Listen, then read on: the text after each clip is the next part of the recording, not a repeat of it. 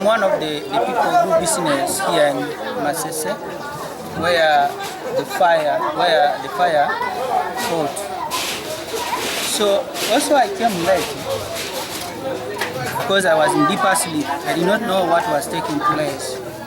So I was in deeper sleep, like I was in the dream.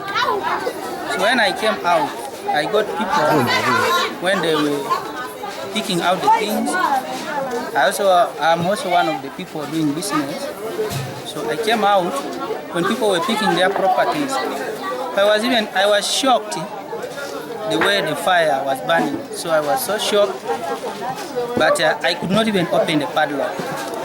But the only thing I want to thank God, people, they joined their effort together to save the situation.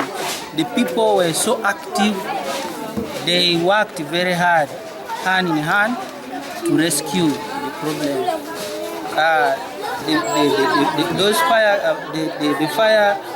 The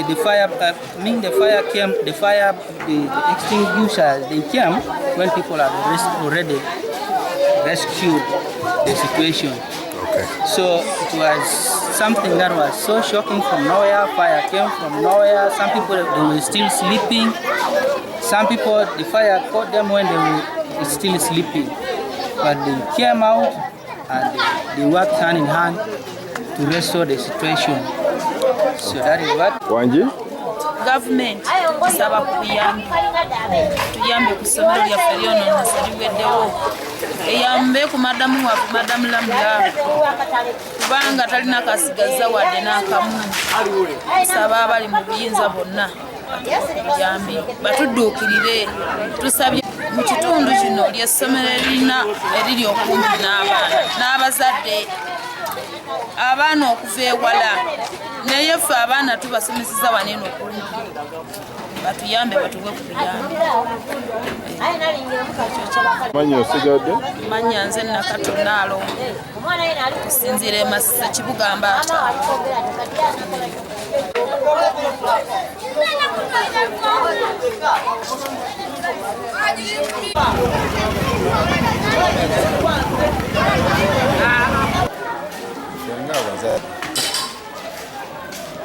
Kusedwa okubantu ibadde wanu ssomero lya kumpi naffe ibadde lisomesa bulungi abaana ku mutindo omulungi kankubadde nga essomero lyennyini si ly'eddene eriri awo naye nga ibadde lisomesa abaana ku mutindo omulungi ate nga lirina enkolagana ennungi wakati w'essomero n'abazadde n'okufaayo ku baana. Kulaba kino ate nga nannyini ssomero dayirekita waffe badde mu kalulu tekamwesiza bulungi olunaku lwa jjojjo wano kana akalulu akasembayo okulondebwa Kabaka Nsanja. Ate ekiseera kyekimu essomero liba likuta omuliro tunyolelwamu kubanga ffe ng'abazadde era tubadde tuli ku sayidi ya dayirekita waffe kubanga twali tumuwagidde mu kalulu kano naye naaba nga tayise. Ekiseera kyekimu ennaku bbiri essomero erikwata omuliro ate nga tubadde tuwulirira emirembe kubanga babadde batuyisa bulungi essomero lino. Kale okunyola kw'amaanyi tobola nti tuyimikiddemu emisinde okutuuka ku Ssentonge. So kituyisiza bulungi. Amanya balikyogerako Idrisa. Kyayi nkiraba ate embeera eno gw'ogyogerako oti? Nange tufunye obuzibu ku makya kuno olwaleero kaakati nandibadde nga watufuna obuyambi muganda waffe ab'enganda, ab'emikwano, bonna batuyambe tuzeewo emaali yaffe ebifudde biddewo.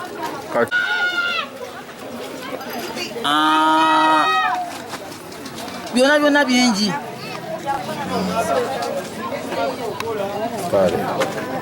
Owulidde. Mahande Joseph Aaron nga ndi mutuuse wa Masese kibuga Mbaata. Tufunye ekyekango ku makya ga leero omuliro gufudde oba ku masannyalaze ne gutandika okwata ku kasomero ka Blue Sky Nasaland Primary School gwokyesa essomero lyonna ne ligwawo ne gukwatamu n'amaduuka agabadde okumpi, saluuni n'amayumba amalala ag'abantu basulamu. Naye tugezezzaako okukubira poliisi okutuyambako ne fire brigade ekitasobose ate tumaze ne tufuna just from Kakira Sugar Works batuddukiridde ne banga basobola okuyamba. Omuntu nga director waalyo Isa Buyoga akola nga headmistress is Madam Lamula. Somero liriko abaana liriko 2,684 children who are studying from there, but a good chance ligenza okwata omuliro ng'abaana baawummudde. Naye singa babadde nga bakyalo Moroba abaana baliko bato beerere bandibadde nga tufunye ekyekango kyennyini eky'amaanyi. Naye ligenza okwata omuliro nga only abasomesa ba staff members be babadde baliwo, engeri abalala gye basulawo ku kasomero awo kyekivuddeko. Manyo osigadde? Manya nze Nakatonaalo kusinziira Masese kibuga Mbaata. Embeera y'essomero ebadde mbi nnyo, tetutegedde muliro guvudde ku ki, wabula bagezezzaako okuzikiza n'emikono. Fire brigade eruddewo okutuuka, genza okutuuka ng'akasolya k'essomero gamaze okwamu. Abantu babadde bayitirivu nga buli omu akwata ku kino asuuleyo omusenyu gusobole okuzikira, naye ng'omuliro mungi. Omuliro gwo gubadde mungi, bannannyini ssomero pressure zibakubye. Kwegamba babadde tebaliiwo ng'omukulu w'essomero mwennyini yagenda mu holiday, yagenda lwa mukaaga olwamala okulonda n'agenda. Kati olwaleero gulabika gutandise ku ssaawa nga 12 kitundu awo. Naye waggulu eri ku ssomero waliyo engeri y'akakalina tebabadde bapangayo enjeyo z'abaana zino ze baleeta ku ssomero. Enjeyo nga nnyingi, kati ewaya ndowooza oba zibadde zeggasa kuba ennaku zino amasannyalaze gasumbuwa gagenda ne gadda ne gagenda ne gadda. Kati olwaleero tebategedde nkutte gutya. Tekiviiriddeko omuliro okubeera nga gusanyaawo essomero. Naye essomero lyonna lisanyeewo, ebitabo biyidde, engoye z'abasomesa ziyidde, abasomesa bonna tebalina kye bagenda kufunamu wadde n'ekimu.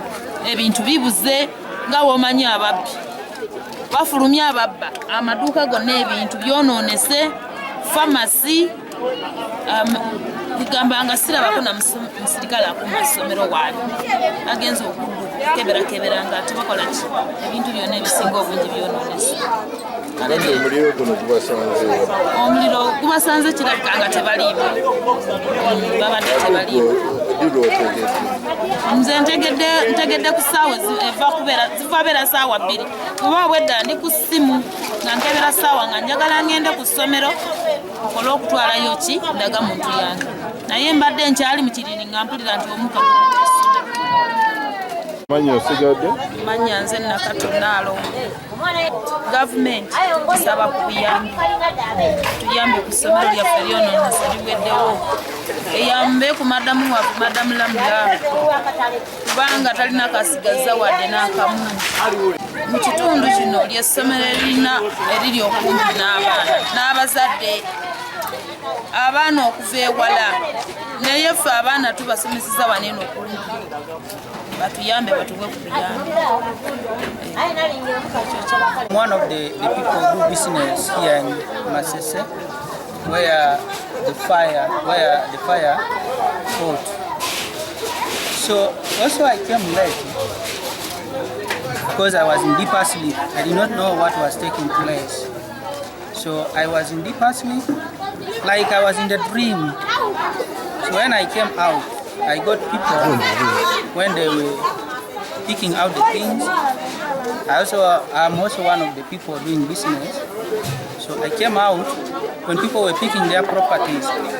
I was shocked the way the fire was burning. So I was so shocked, but I could not even open the padlock. But the only thing I want to thank God, people, they joined their effort together to save the situation. The people were so active. They worked very hard, hand in hand, to rescue the problem.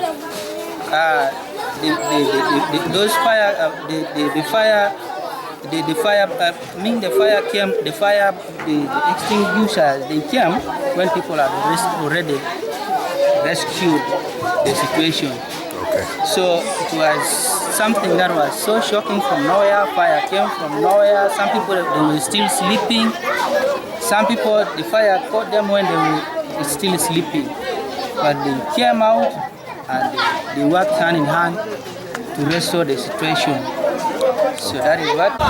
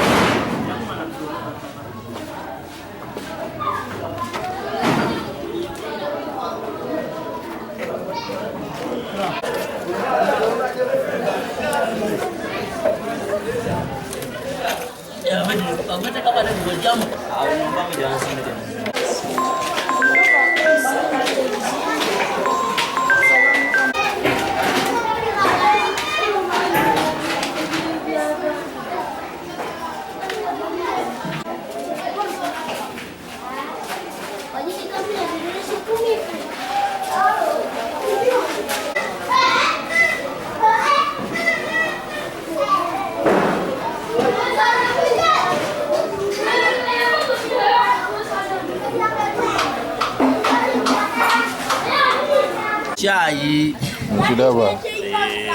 Ate embeera eno gw'ogyogerako oti? nange tufunye obuzibu ku makya kuno olwaleero. Kaakati nandibadde nga watufuna obuyambi muganda waffe, ab'enganda, ab'emikwano, bonna batuyambe tuzeewo emaali yaffe, ebifudde biddewo.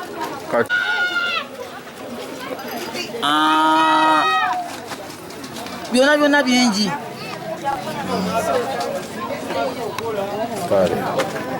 Owulidde? Amanya gange nze Buyoga Asha. Nga ndi muwala wa director wali n'essomero Blue Sky Junior School esangibwa e Masisi. Kino ekituuseewo butandise essaawa nga 2 ez'okumakya. Tandise nga bw'obaani era obwedde omugga gufulumira waggulu naye nga kitegeera kikyennyini kwe kiva. lyonna liyidde naye ekisinga obukulu nti tewali mwana akoseddwa yadde n'omusomesa bonna basobodde okwanguwako ne bavaayo ne babirekera abazikiza. Essomero lino lirimu abaana nga abaana sisobola kugamba nti lina abaana bameka just nsobola okwestimatinga abaana baweranga kubanga binaawo.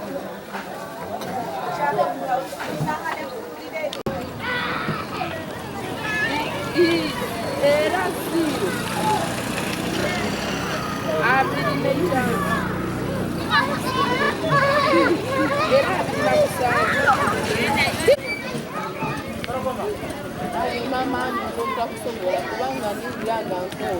you.